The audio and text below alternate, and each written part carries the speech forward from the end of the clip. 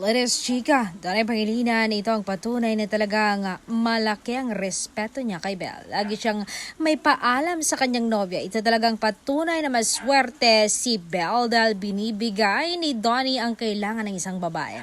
Ang security, loyal, respect, lahat na. Iba talaga magmahal ang isang Donnie.